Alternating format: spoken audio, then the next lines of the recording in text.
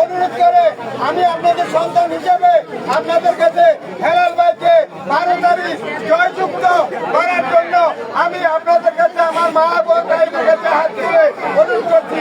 আপনারা সবাই রাজ্যে ধন্যবাদ হেলাল ভাইকে 12 তারিখ জয়যুক্ত করার জন্য আমরা সবাই একতাবদ্ধ হই। এখন বক্তব্য রাখবেন যার জন্য আমরা দীর্ঘ করতে দেন 18 উপায় দিলে তাদের শিবের প্রতিজ্ঞা প্রাপ্তি হয়েছে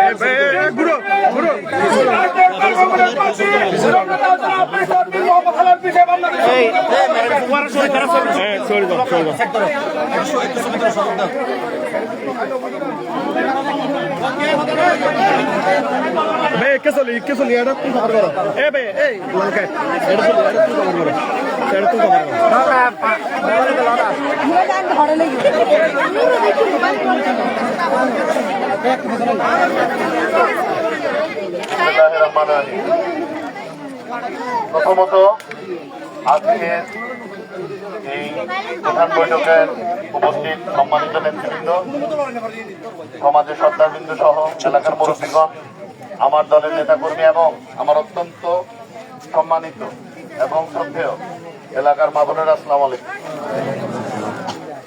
নতুন করে বলার কিছু নাই, একটাই আমাদের আপনাদের কাছে দাবি এবং একটাই আপনাদের কাছে অনুরোধ, সেটি হলো 17 বছর আপনারা কেউ স্বাধীনভাবে ভোট দিতে পেরেছেন? আপনাদের ভোটাধিকার কি ওরা নিজেরা নিয়ে নেয় নাই? 12 তারিখ ইনশাল্লাহ আগামী মাসের 12 তারিখ 12 ফেব্রুয়ারি এই সুযোগ আল্লাহ আবার আমাদেরকে দিয়েছে। এবার আমরা যদি চাই ধানের শীর্ষের প্রতীককে এবং তারেক রহমানের প্রতীককে, খালেদা জিয়ার প্রতীককে, জিয়া রহমান সাহেবের প্রতীককে আমরা ভোট দিয়ে নির্বাচিত করার সুযোগ আল্লাহ আমাদেরকে করে দিয়েছে। এই সুযোগ কি হাতছাড়া করা উচিত হবে? এলাকার উন্নয়নের জন্য, এলাকার নিরাপত্তার জন্য এবং এলাকার মানুষের সুখ ও শান্তির জন্য অবশ্যই যত কষ্টই হোক আমাদের ভোট কেন্দ্রে সবাইকে নিয়ে উপস্থিত হতে হবে, নিজের ভোটটা দিতে হবে, আরেকজনকেও ভোট দিতে সাহায্য করতে হবে।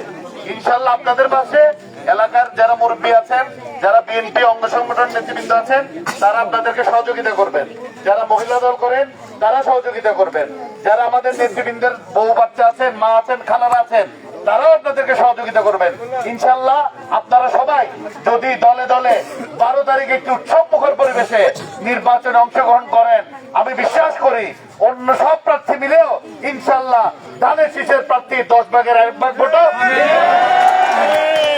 সেজন্য আমাদের সকলকে পরিবার সহ মা বোন খালা চাচি দাদা দাদি যে বেঁচে আছে তাদেরকে নিয়ে আমাদের ভোটটা দেওয়া লাগবে। যত ভোট বেশি হবে ধানের শীষের প্রার্থী, অর্থাৎ আমি আপনাদের সন্তান, আমি অত ভোট বেশি আপনাদের থেকে পাবো ইনশাল্লাহ। আমি বিশ্বাস করি এই হাটাজারিবাসী, বিশেষ করে এই মির্জাপুর, যেটা আমার নিজের, আমি সেকেন্ড হোম বা আমার দ্বিতীয় ঘর আমি মনে করি, আমি আশা রাখি এখানে আমার বারবার অনুরোধ করতে হবে না। এই এলাকার মানুষ আমার বাবাকেও দেখেছে, ইনশাল্লাহ যদি আল্লাহ সুযোগ দেয় আমাকেও দেখবে, দেশের জন্য, এলাকার জন্য এবং এলাকার মানুষের জন্য ইনশাল্লাহ কি করতে পারি। সবাই ভালো থাকবেন, সুস্থ থাকবেন। বাংলাদেশ জিন্দাবাদ, ধানের শীষ জিন্দাবাদ, তারেক রহমান জিন্দাবাদ।